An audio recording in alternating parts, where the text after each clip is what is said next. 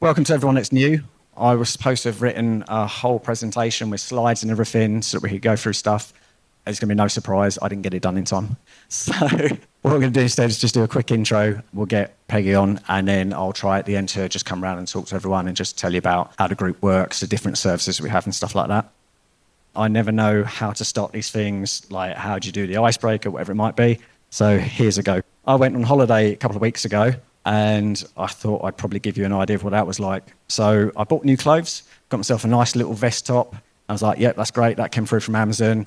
I had a look at it when it got there, and it was so weirdly sized. I was like, no, it's fine. I'll leave it on the side. I'll return that. Straight away, did not return that. I now have the weirdest sized top that I'm never going to wear, and I don't know anyone that's that shape that I can give it to either.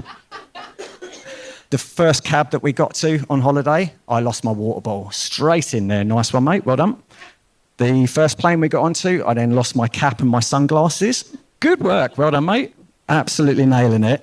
To give you an idea of how we have to holiday to keep me entertained, we had 11 days. Within 11 days, we did 5 flights, 2 ferries, 6 island hops, and managed to get to 4 separate islands. I still could have got a little bit bored if we spent too long on the beach. And then on the last day, we had a moment of, I guess you call it, the word's gone. An impulsive moment, sorry. On the last day, Rachel said she wanted to spend the last little bit of the morning on the beach. No problem. Went down to the beach, and it was a surfing beach. So there's loads of surfers, stuff like that, but we were there first thing in the morning, and we used to get to the front of it and basically just swim the wave into the shore. So we're just, swimming but riding the waves in. We're doing that, we're having a great old time, and then suddenly this big wave starts coming up, and it gets bigger and bigger and bigger, and realise that this is not going to go well. Rachel looks at it, because she's clever, and goes, no, dives underneath it, gets out of the way. I looked at it and thought, if I just jump now, I reckon I can beat that and I can ride it in. It didn't happen. It absolutely crashed on me. It took me under the water, smashed my head on the sand underneath. My head stayed there, but the rest of my body went straight over with the rest of the wave. I cracked my neck. I did my back in, so I'm an absolute mess. She had to drag me out of the water to get me on the beach. We had to be taken to like a beach hut thing and all of that. And then our first day back home was me going to hospital to get checked out again. So welcome to Milton Keynes ADHD support group. Hopefully that's a good icebreaker. I had written loads of stuff. Like I said, I didn't get my notes done properly in time. So I'll just go for an intro with Peggy, and I'll try and speak to everyone later and go through any sort of other information or questions you've got. Actually, I should explain why we're doing this talk. So for females with ADHD, it wasn't until 2008 that it was believed that adults could even have ADHD. It was supposed to be something that we all grew out of. The diagnosis process is based on young male children. So again, that may not show up signs that females are showing. And then females are kind of expected to be the stronger one in the household quite often societally, which means they tend to hide their symptoms more. That shows in our group here, because within the Facebook group, which is nearly 600 members, we're currently at about 75% identifying as female. So it goes to show that there are a lot of women that aren't getting the support they need, or are now just getting newly diagnosed and finding out more. So I've been wanting to get somebody to do a talk specifically on women and ADHD for quite a while. And yeah, I'm really glad that Peggy's come in. So first I'll give you the ChatGPT intro. Please welcome Peggy Cheyo, a coach specialising in neurodivergent women, especially those with ADHD and autism. She supports women to understand their brains, build calm and confidence, stop burnout, and step into a life of purpose. Through one-to-one coaching, group work, and somatic practices like biodancer, Peggy brings a holistic and realistic approach to transformation. Her website is peggycheyo.com. We've got information on the tables for you. My intro is basically, if anybody knows what we do, and especially in the Facebook group, one of the most important things for me is that people don't come in trying to make money off of ADHD. We've got people trying to sell us mushrooms and, all sorts of things. And there's the ADHD tax of going, oh, this might help, and jumping on things. So I think it's really important that people aren't coming in and trying to make money off of us. We do get it a lot, and we kick those people out. The reason I want Peggy in is because Peggy helps people. Rather than just doing the business that she does, she is in our group and she gives people answers to their questions. She, provides links and gives helpful stuff rather than just trying to sell things to people. I've seen her around different groups in Facebook as well, helping people with ADHD. On her website alone, there is lots of free resources and things like that. So it's not just business. Peggy is somebody that actually helps people out. So I can now hand over to you and I can stop talking. So welcome, Peggy. As well. Thank you, Pat. So, as Pat explained, I'm Peggy. I will explain a bit about who I am and how I came to be here, but I'm not a public speaker, so I have some notes. I would probably forget halfway through what I'm supposed to say, but there will be time at the end to ask questions as well. So if I've forgotten something, we'll probably get around to it at some point. So feel free to take a note on your phone or scribble down on my leaflets or something if a question pops in, because if we all wait until the end, we'll probably all have forgotten what we were meant to ask. So just take a note of something if it pops in. So I'm Peggy, but I'm French. I was all excited when I came in the UK thinking I would meet lots of Peggys, and then realized everyone was over 80. But my parents liked ice skating, and in the 70s there was an American ice skater, so I got called Peggy. I am a primary school teacher by training, and then came to the UK, had children, and had to leave the French schools and didn't go back to full-time work after that. So did lots of volunteering, training. I worked a lot around birth and pregnancy for a long time. Came COVID, hit burnout, and just couldn't go back to supporting people who were butting heads with NHS and feeling a lot of trauma that I was swallowing. So I decided to move away from that and just work one-to-one with people. So that's what brought me to coaching. And naturally, I started attracting people with ADHD. So that's how I came to ADHD coaching, not because that's the niche I had chosen first, but at the time I was also going through my own journey of ADHD. So it all naturally came together. How I came to discover my ADHD was I had young children, they are now 15 and 18, so a few years ago, and was diagnosed with postnatal depression after the second one, and crawled back out of it somehow with antidepressants, CBT, re-CBT, not really going anywhere, and then went through several cycles of depression and was fed up of getting back to the same place. So I went to see an hypnotherapist nearly 10 years ago, and she was asking me all these very weird questions. What does your desk look like? What the inside of your bag looks like? And it was getting more and more weird. So I asked her why she was asking me all these questions, and she said, well, I'm not someone who can do diagnosis, but you might want to look into ADHD. And she gave me a little book, and that's the first time I felt like, oh my God. I mean, just like many of you have probably discovered when you heard a talk or when you saw something on TikTok, or suddenly it was just explaining everything I was feeling, and I was not just stupid, lazy, and all the other things we often all think about ourselves. And there was suddenly a reason why I was working the way I was working, and sometimes doing crazy things in the midst. So it took me quite a few years to actually accept it. Probably took me 4 years to go to the doctors and seek a diagnosis, and was finally diagnosed in my early 40s.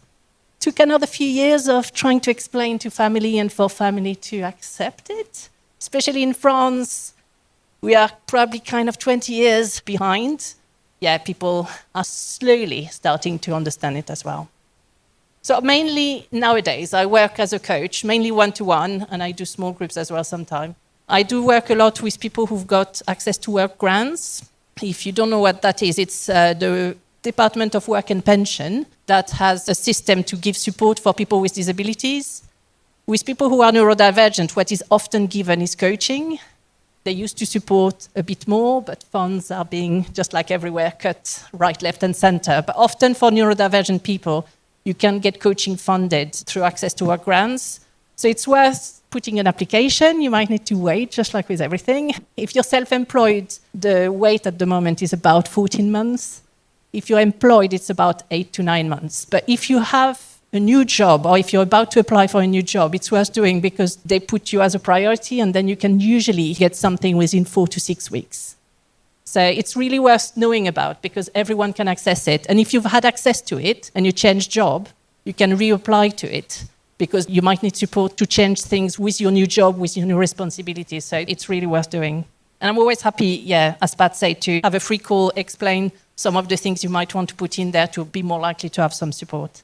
So Pat explained a little bit about why many women have not been diagnosed when we were younger, because the diagnosis criteria were not really made for us. And I'm going to talk a little bit about it, but we will spend more time trying to think about what we can do actually to help.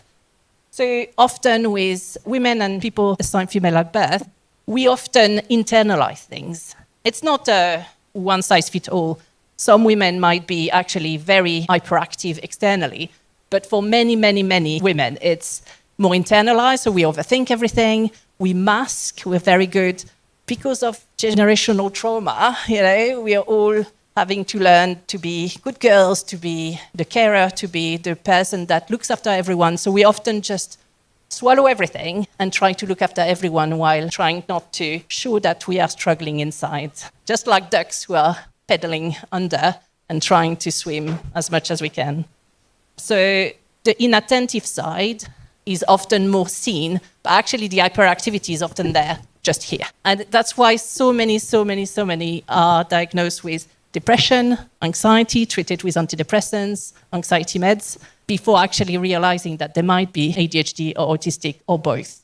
Because there are many people with ADHD who are actually both autistic and ADHD, which brings the fun of having the sensory overwhelm, but also the hyperactivity and attention, not attention deficit, but actually over-attention. Because the problem is often that we pay attention to too many things and start thinking about too many things. Just like right now, I'm having so many thoughts about what are they going to think of me? Why did I choose that shirt that is the same one as the pictures? So it's often how it is experienced for us. But one of the big things that is the reason also that we are not diagnosed is that we don't present in the same way all the time because of the lovely hormones. Hormones are cyclical. I forgot to say, I'm not a doctor, I'm not a neuroscientist. I love to go to lectures and learn and do courses and learn all these things and then forget about them because it's just not interesting enough to stay in my brain. But basically, if we want to summarize it, so this is kind of ovulation, and after that, the lovely estrogens kind of go, to very simplify it, and that's when the shit hit the fan, because then cognitive functions go, problems with more inattentive side, problems with regulating emotions, with procrastination, and all of these kind of things. So generally, every month we might go through these phases, but also throughout life, that's when it can be very different to people with male hormones, is that we go through phases of teenager years where suddenly the hormones come flushing and we are so overwhelmed with them that we can have a huge problem of anxiety. And that's why so many young people struggle at secondary school. I mean, on top of the school system, but that's another thing. That's why we struggle often either in pregnancy or after having had children, or perimenopause or menopause, because then all the hormones go. And for everyone, perimenopause can come with more cognitive challenges, but when it's double with ADHD, then it's double the cocktail. So that's why many people tend to be nowadays diagnosed more later in life, because we understand it a little bit better. But hopefully, as we understand it more, there will be less young women, especially, who are diagnosed with depression and anxiety and actually understand that there is something else behind, and we can actually go to the roots and try to give them support there rather than just treat anxiety or depression. Also, the other things, as Pat mentioned, is even in a society where things have evolved, the people with the most caring responsibility tend to take up to 71% of the household management, whether it's booking medical appointments, remembering what everyone is doing when, remembering to buy the loo roll. Or we share a lot more in families, but the reality is that there is often quite a lot more on one person in the household. So if that is combined with ADHD, then very often then we burn out. Cognitive functions, actually, there are so many plates that we struggle even more. So the cocktail of both caring responsibilities, and that can be children, parents, friends, caring professions, because many women go into teaching, nursing, and all this kind of profession where you take on so much of other people's problems. So that can be a problem as well. And so, yes, very often with all of that comes chronic stress. And when our hormones are combined with chronic stress, there is a lot of inflammation in the body. What then tends to happen is that you see a lot of neurodivergent women with fibromyalgia, chronic fatigue, IBS, and so many more. And research is showing that it is way more prevalent in neurodivergent people and way more prevalent in people with female hormones. So it's not a fatality, though. The more we understand about it, the more we can try to work with our nervous system when we can, so that we don't keep butting heads and trying to force our body to do something it can't cope with. So that's where I wanted to try to bring the talk is, and that, to be fair, is valid for anyone. Everyone needs the same kind of strategies. It might just be that you need to adapt them depending on where you are in your life, where you are in your cycles, and you might just need a lot more of them at the time when you are in luteal phase, when the estrogens have completely collapsed. And one thing I didn't mention is premenstrual syndrome, PMDD. Has anyone heard of PMDD? So it's basically a kind of exploded version of premenstrual syndrome, which can come with suicidal thoughts and really, really, really lots of symptoms that are debilitating. And again, inflammation, hormones, all of that mean that half of the month you can be really struggling to function with very, very, very basic things. So that's why this is even more important, not just when you have cycles, because even when you don't have menstrual cycles, you can still have cycles of hormones that are moving through your body and problems with menopause and things like this. So the main thing is awareness and acknowledgement of what is happening. So learning more about yourself, because sometimes people say, oh, I need meds, I need therapy, I need a coach to try to fix things. But actually the reality is that, meds can be life savings for some people. But there are also many people who still struggle a lot with meds or still try to do the same thing and then still hit burnout, still have periods of depression. So trying to understand ourselves is really the most important things. So watch the TikToks, listen to the podcast. You coming here as well, you understand about yourself.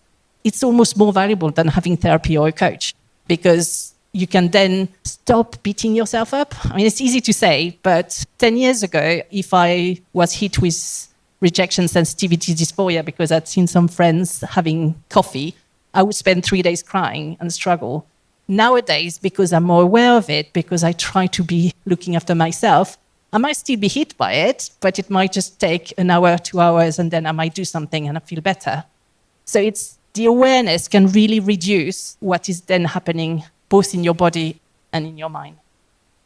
Understanding the energy and the body, both with male clients, with women clients, with non-binary clients, that's always where we start. Because the more we understand where our energy is, when I say energies, today I'm able to do lots of things. Today I'm really struggling. I don't know, if we look at a traffic light, for example, today I'm a red. I can't cope with anything. I can't cope with these lights. I can't cope with just someone speaking to me. Or today, actually, I'm a green, so I will be able to tackle quite a lot of things. And when we understand that, we can try to adapt our life as much as we can. Sometimes we don't have a choice. If we have a job that is expecting us at 9, we might not be able to straight away. But the more we understand ourselves, the more hopefully we can try to make choices in our life that lead us to something that is a bit more supportive of our brain rather than something that constantly hits us. Get help. I know it's easy to say, but 3 generations ago, we were often working and living with family. We were never just one nuclear family alone. So there would always be an auntie, a sister, someone that would help. My husband is from Tanzania, and when I always felt a bit ashamed when I was with my sister-in-laws because everything they had to do was, there was no washing machine, they were still cooking on coal. And yet they thought I was crazy because I didn't have someone to help me, or a maid or someone. So they wanted to get me to bring a cousin or just someone from the village over. Obviously, that doesn't quite work here. It would be classed probably as slavery, so we're not going to go there. But the reality is that they thought I was not the fortunate one because I didn't have any help. So sometimes what we think we are more fortunate about is actually also coming with some downsides. So trying to find ways to help. Sometimes it's not easy. Sometimes it's a friend that comes with a cup of tea and will sit in your kitchen while you're doing something, because otherwise it's never going to be done. Or who threatens to come, because then you're more likely to do whatever it is that you have to do. Or if you have some spare money, it's having a cleaner. Don't have one at the moment, and I'm desperate to find another one, because honestly, the one we had before, I said, I don't know how many times to her, she saved my mental health. Her coming every week and then every 2 weeks. When I knew she was coming, I was more likely to arrange some stuff, or at least put everything in the spare bedroom so that she just didn't go there, but she could do some other things. And then actually, once a week, I felt like, even though my husband probably does more cleaning than I do, but having some help can really make a difference. My mom although not diagnosed, is very likely autistic, very OCD. So I know that when she comes, we will do some decluttering of a room or something, because I know she will have the energy to boss me around to actually get to do something. It's a bit intense, but at least I know that it will get done. So trying to utilize the people around you, I mean, utilize in a nice way, probably not the right English word. And then it's trying to understand and use your well-being in different ways. So doing things that are physical within your abilities. Sports is a really good way to regulate your hormones and help to get the right hormones in your body to feel better, just mental health-wise. But if it's not a lot of sport, it might just be having a walk. You would never have seen me in a gym in the past. And then someone gave me a free trial I did once in winter. And I saw the benefit on my mental health. And so I kind of still go from time to time. But it does make a difference to my mental health. But I tend to do a lot of dancing because that's what I like. I train in so many things because obviously ADHD needs something to be interested about. So I trained in yoga only to discover at the end that I love teaching yoga for pregnancy for a long time, but actual yoga, not so much. So then I went towards dancing, and now I run every Tuesday in Bletchley a biodanza class, which is just about dance, moving in music, not following steps or anything, because that's what helps me. But it can be anything. Really, anything a bit physical can help also reduce inflammation in the body for things like fibromyalgia, but you need to do it in a way that feels right. Some people will love running. Some people will damage their knees and everything while running. So you need to see what it is that works for you. There's not one thing that will be perfect. Emotional support, again, that can be with friends, with support groups. There is a great WhatsApp group that Pat and Rachel run. There is lots of local groups as well you can access that have nothing to do with ADHD, but might help you to actually meet someone, talk to someone, and just general emotional health. Sometimes I often advise my clients who are struggling with one particular thing that keeps in a loop to just write it out and then burn it. Because sometimes it's just some emotional hygiene or shout in a pillow, just doing things that allow the emotions to pass through our body. Otherwise, we bottle up everything, and then that's when it either explodes or it internalizes, and then we get ill. I mean, just general well-being. Anything around well-being is the same as doing therapy for ADHD. Well, not the same. If you have trauma, you need therapy. But sometimes we look for therapy because we feel like we just want to fix ourselves, when actually a lot of well-being stuff is perfect for ADHD. You just need to find the one that works for you, because if you try to force yourself to sit for 30 minutes while meditating, you might find it quite hard to actually see the benefits. So just find something that works. For me, I love guided meditation, but I have to do it either with a weighted blanket that is really making me feel like I'm suffocating, or on an acupressure mat. You know acupressure mats, the kind of nail beds. They are a bit horrible, but because it engages the body, then actually my brain is listening to whatever is happening. So sometimes it's just balancing things about the body, things about the mind, and just finding your own recipe. If well-being or mindfulness feel like, oh, you've heard too much about it, just take 3 breaths when you put your kettle on, or just choose to go for a walk around the block for like 2 minutes after you finished work. It's really sometimes the tiniest things that make the most difference. And sorry, just finishing on well-being, trying to find someone to do it with, because if we are alone, we are less likely to do things. So like going to the gym or wanting to do something new, if you have a friend doing it with you, then you have the accountability and you're much less likely to go out of it or talk yourself out of it. And then creativity, because it's easy to say, you know, we need to look to calm our nervous system because we tend to be extremely sensitive. So we can be extremely sensitive to lights, to sound, to clothes, to people, and all of that can burn out our nervous system. But if we first understand which ones we are sensitive to, we can try to reduce them. But also, it's not just about reducing the nervous system, because then if we engage the calm part of the nervous system constantly, then we are lying on a bed, depressed. So we need also the other part that is engaging our brain. I don't know how many of you, but I've regularly felt depressed while it was the school holidays, because our normal routine was not there. Even though my kids didn't go to school, we were home educating, our normal activities were not there.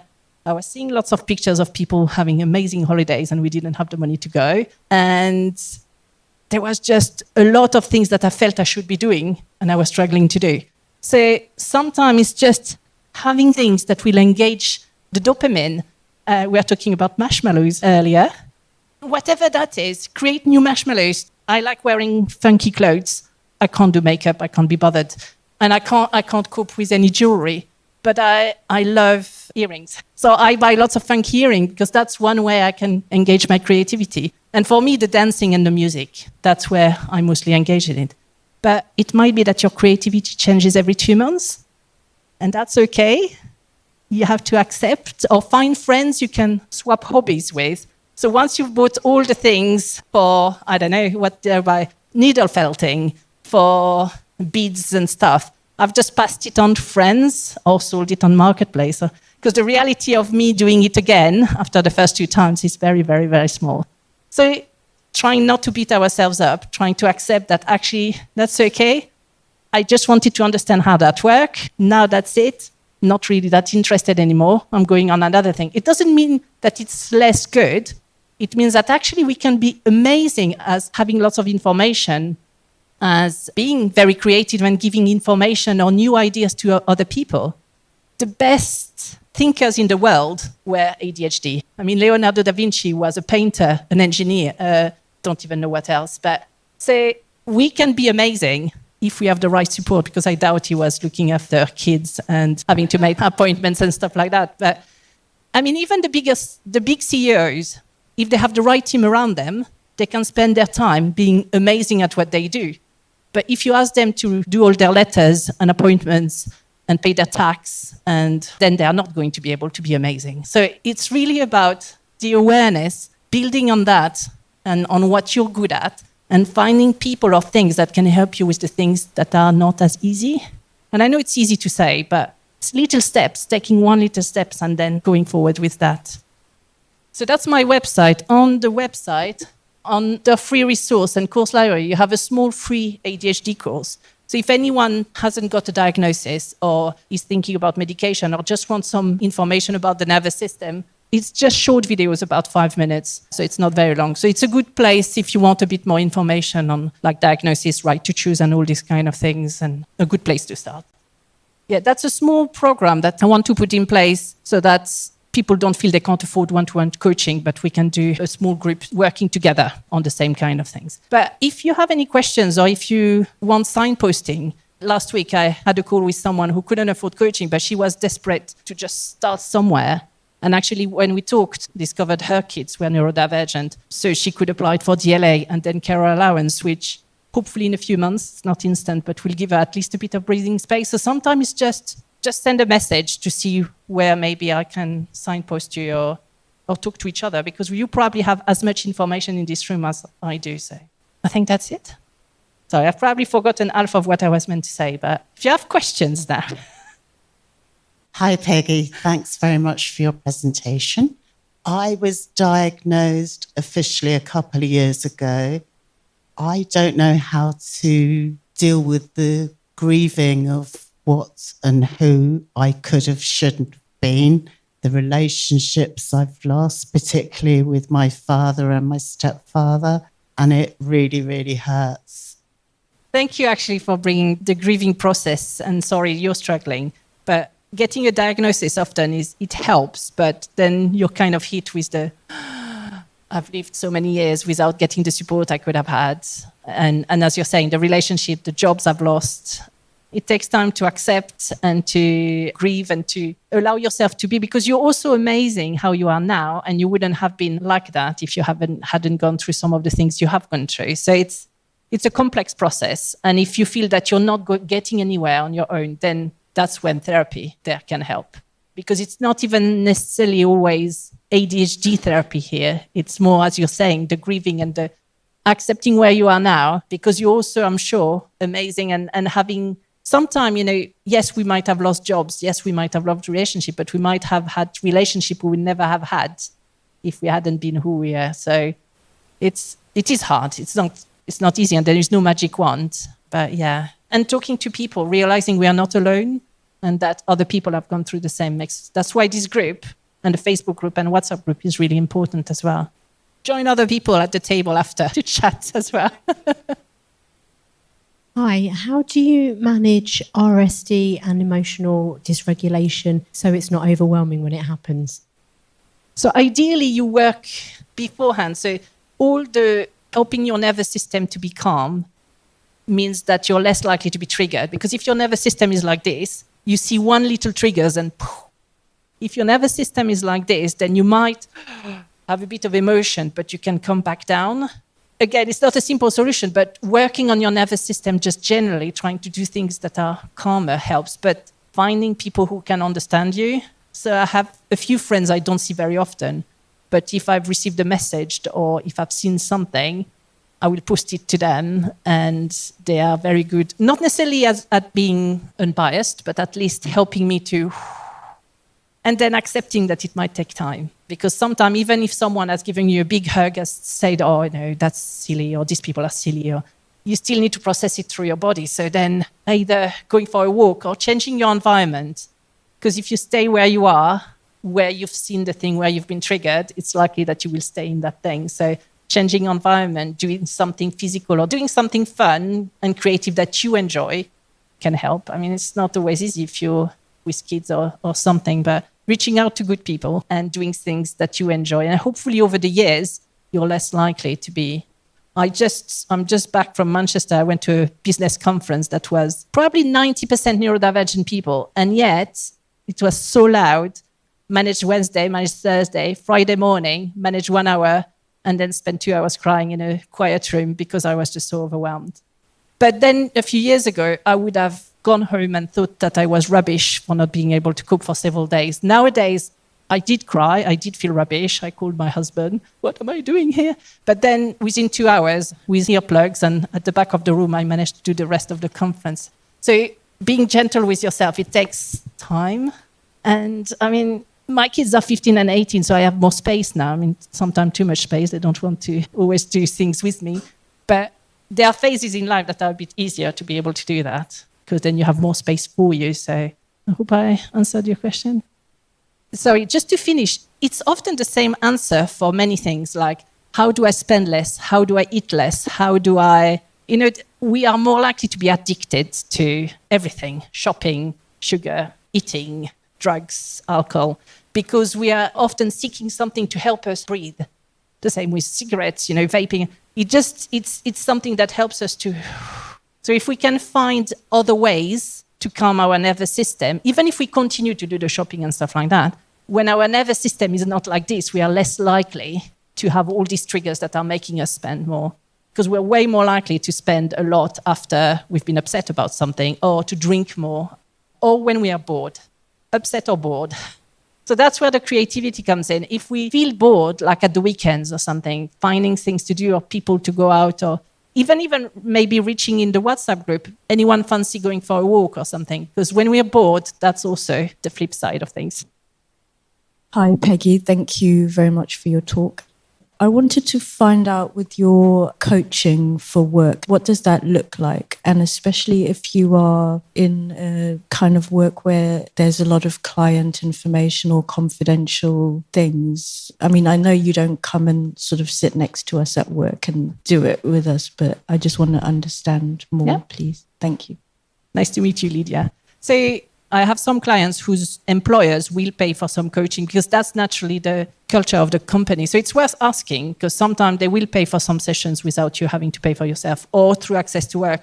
Usually you have time dedicated for it. So we meet one-to-one. I don't come in work. And you tell me as much as you want to tell me, because it's more about trying to adapt things so that you're not feeling too overwhelmed, too burnt out, procrastinating to the point that the project don't get done. So it's more about you telling me the things that are not working more than actual specific information. Someone was asking the question earlier, do you do just work or life? Even with people that I coach around work, we talk about daily life, because if daily life is not working, work is not working neither. And if you feel more calm at home, you feel more calm at work as well. So it's kind of, you can't do one without the other. You kind of touch on everything. Hiya. I am once again looking for a new job. I'm going through one burnout after the other. any advice in regards to routes to look at? I'm a qualified teacher working with special needs. Is there any help out there in how to get through the day? Anything comes to mind when I say this? One of the biggest questions asked in ADHD groups is, which kind of job is ADHD friendly? And I think there's not a perfect answer because it's so specific to people, but teaching, nursing, working in shops it might be great when you're 20. As you go along, your nervous system is less and less resilient, and it's a lot harder to be people-facing all the time. I mean, some people will thrive on it, so it's not true for everyone, but for many people, being able to have a mix of being able to work from home and working with people, because just working from home for some people actually will just send us into boredom and depression, and we won't be able to do anything. So it's not necessarily a matter of finding something without people. It's finding actually the combination sometimes of having an environment that excites you and feeds into the creativity, and then a part that keeps you away from the stimulation and gives you headspace to actually be able to work. I know quite a few teachers who do tutoring, for example, so it's not constantly with people, but we were talking about self-employment earlier. It can both be a gift and a curse for neurodivergent people. I mean, I don't know what the statistics are, but I'm sure that a huge majority of self-employed and entrepreneurs are neurodivergent, because you need to be a bit crazy to go that way anyway. But it's also the excitement of being able to then choose the things that work for you. But if you do self-employment, then it's trying to find other people to meet up with so that you're not constantly on your own, because otherwise then you won't follow the clients, you won't get the projects ready.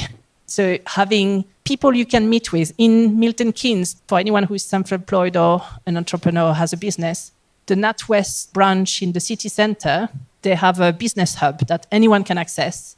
You just drop in and see Debbie, who is blonde with funky dresses, and she will just get you signed up on, there's an app you can sign up on. And then you can have access to the hub, so you can go co-work there, you can get support there. There was Jenny, who was here 2 months ago, who is an ADHD assessor, but also therapist. She runs every Wednesday morning at the Moxie Hotel in the city centre. She runs body doubling sessions. So if you're working from home or if you have your own business, I think it's from 10 to 1. It's free. It's just she finds it easier to be at the Moxie with her headphone with people to keep her accountable to do all the admin she needs to do.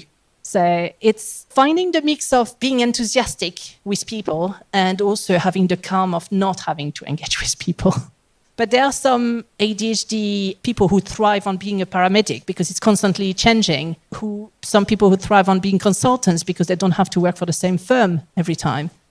So it's a complex answer, but yeah, reflecting on what you liked about teaching and trying to see what you didn't like about teaching and trying to find something that has less of the things you didn't like so that you're less likely to hit burnout. And looking after your nervous system outside of work makes a big difference.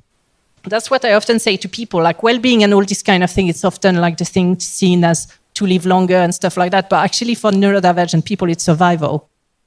If we are not able to look after our well-being, we just can't function, and then we just in bed with lots of things because the nervous system can't cope anymore.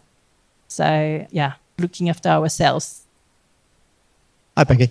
Hello. Obviously, from a male perspective, aside from lightening the load around the house, I get asked by female friends with issues and bits and pieces. Are there any particular tools, strategies, techniques or bits that we can recommend or point them in the direction of to assist them that's particularly helpful for females rather than generally ADHD? So trying to, lighten the load. But it's also not just lightening the load. It's sometimes preparing for, that there will be some weeks in the month or some periods where it's harder, but where it might be harder for you as well, because that's the thing. Often when there is one neurodivergent person in the house, there might be quite a few more. So having, for example, a freezer full of ready meals or meals that are easy to put in the oven, or because there will be days when everyone is burnt out and can't think past 4 p.m. So almost thinking on the days you have a lot of energy, then do more. If there are times when you're all burnt out in the house, take all the washing, go to a laundrette, and either pay a bit more to have someone deal with it, It's not about always doing that because that might cost us fortune. But sometimes if you're all hitting burnout and nobody is cooking in the house, then it's just buying paper plates and putting the plates in the bin. Really trying to reduce and minimize everything so you have less and ask for help. It's not always easy because by the time we're adults, neurodivergent adults, we've often heard about 20,000 negative things about ourselves. So we've internalized the fact that we are not able to do things, we're lazy, we're ashamed, and so we are less likely to ask for help, but we need to ask for help even more. So, yeah, anyone else has some ideas as well? Yeah? Hi, Peggy. One thing I was going to ask is my son, I believe, has got ADHD. We're in the process of getting him tested, but also my daughter. We have a major problem with doom scrolling on electronic devices. Is there anything that you could suggest of how to actually reduce it? It's complex because neurodivergent people can also actually thrive from the fact that screens are engaging a part of their brain that is allowing them to feel the calm. So sometimes, for example, rather than completely banning screens in the evening, for us, what worked was having something easy to watch at bedtime. So like having an iPad with something, because the problem is the scrolling is often we are hit with a lot of information that is quick. So we often watch things that are more like comedy, stupid comedy in the evening. Well, not in the evening because I like crime drama and stuff, but after that, just before bed, having something more of an easy watch. So finding ways to try to not go against each other, because if you're both neurodivergent, you're more likely to then go in a battle of wills. So it's trying to find partnerships to try, I know, it's not necessarily easy, but trying to find solutions together where it's not necessarily banning everything, but because often it's more a cry for help. It's, I can't cope with my brain. I just need it to stop. I just need it to be silent. Another thing is sensory stimulation. So what I was talking about earlier, sensory blankets, weighted blankets, or sensory socks. I don't know if you've ever heard of. It's like a very tight kind of tube of fabric that kind of make you like a sausage. And it's kind of, again, it's getting the body to feel that sensory thing that will help the body to go hot bath or hot showers.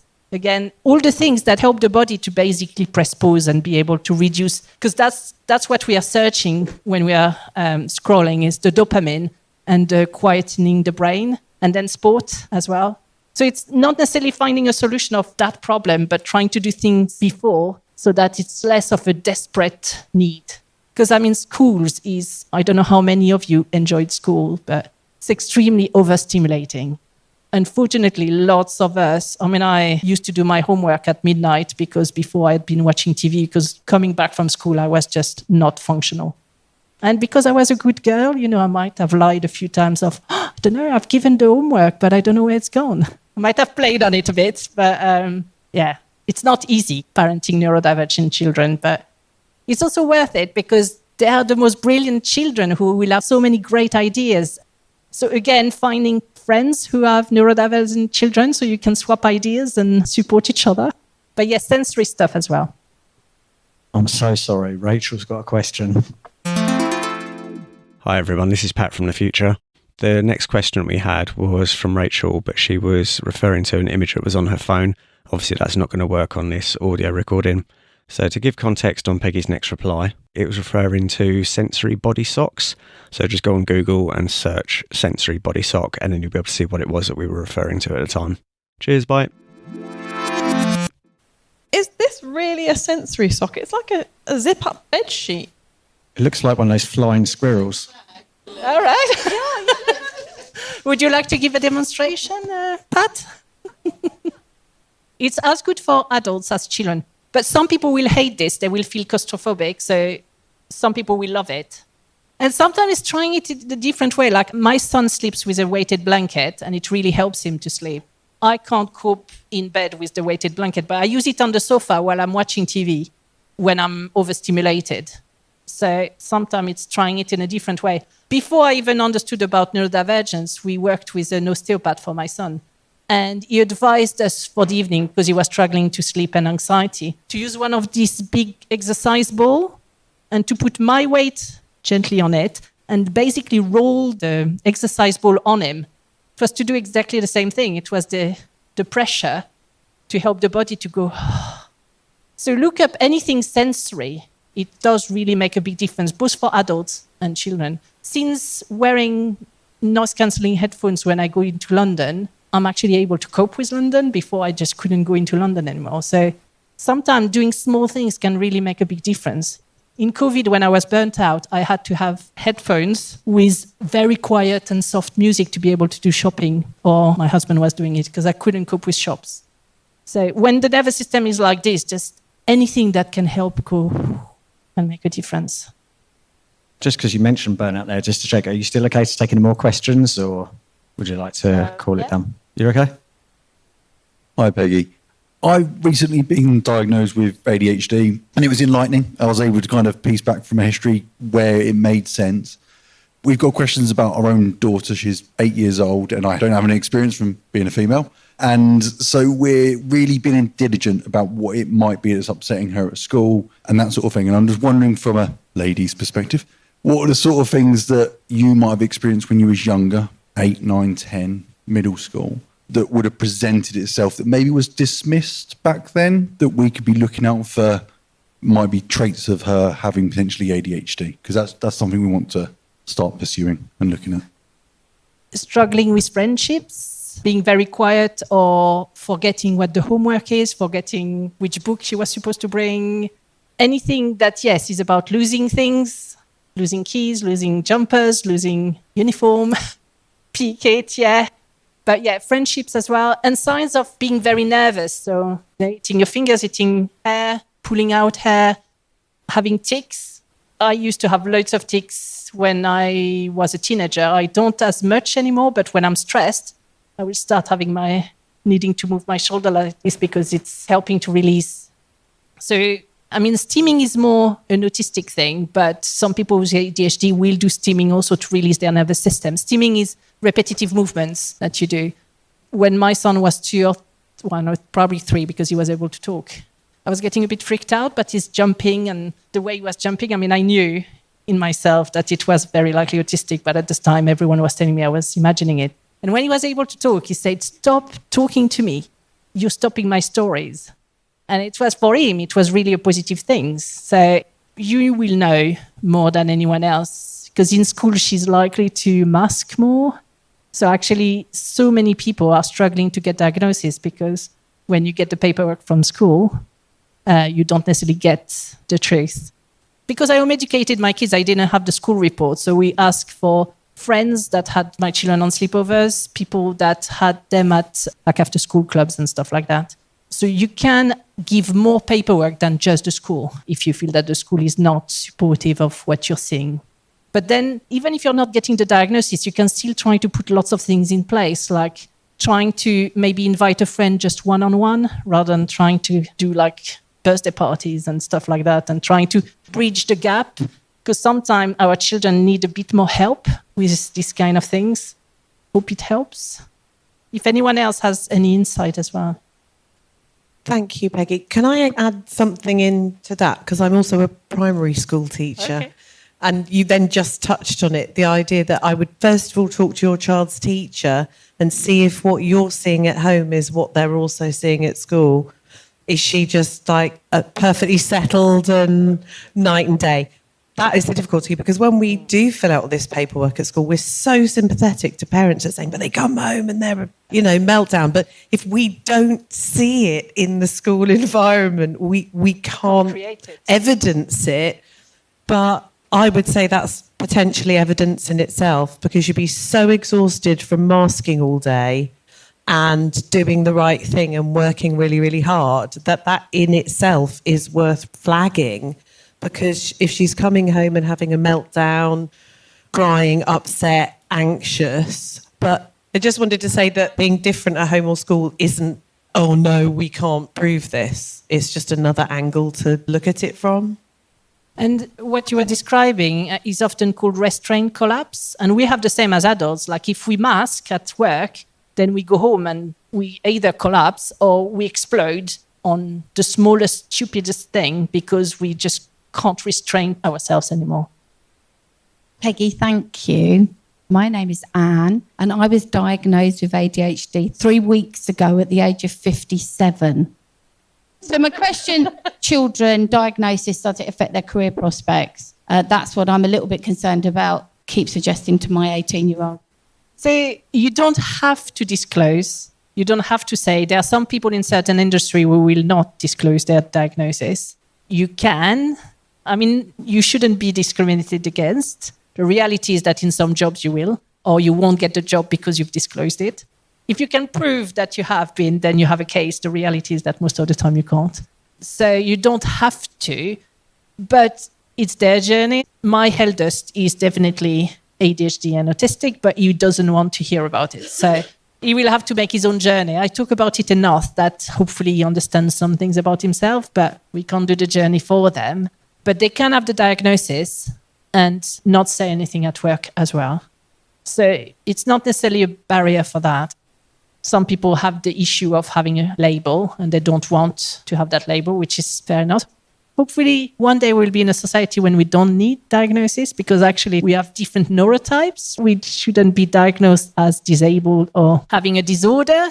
But with the society we live in at the moment, we are often disabled from being able to do the things we should be able to do. So it's, complex issue. Probably the last one, so you have time to actually chat amongst yourself, because that's as valuable. But I'm also around after. I'd like to speak to the people who were speaking about children with ADHD. 2 of my children have it. So my advice to you would be look at different things, but don't compare them to other kids, because my children are both ADHD and they are chalk and cheese. I would listen, support. And the other thing that was important to me, I don't know how you feel about it, is not labelling them, not making excuses for them. Don't set them apart from other kids.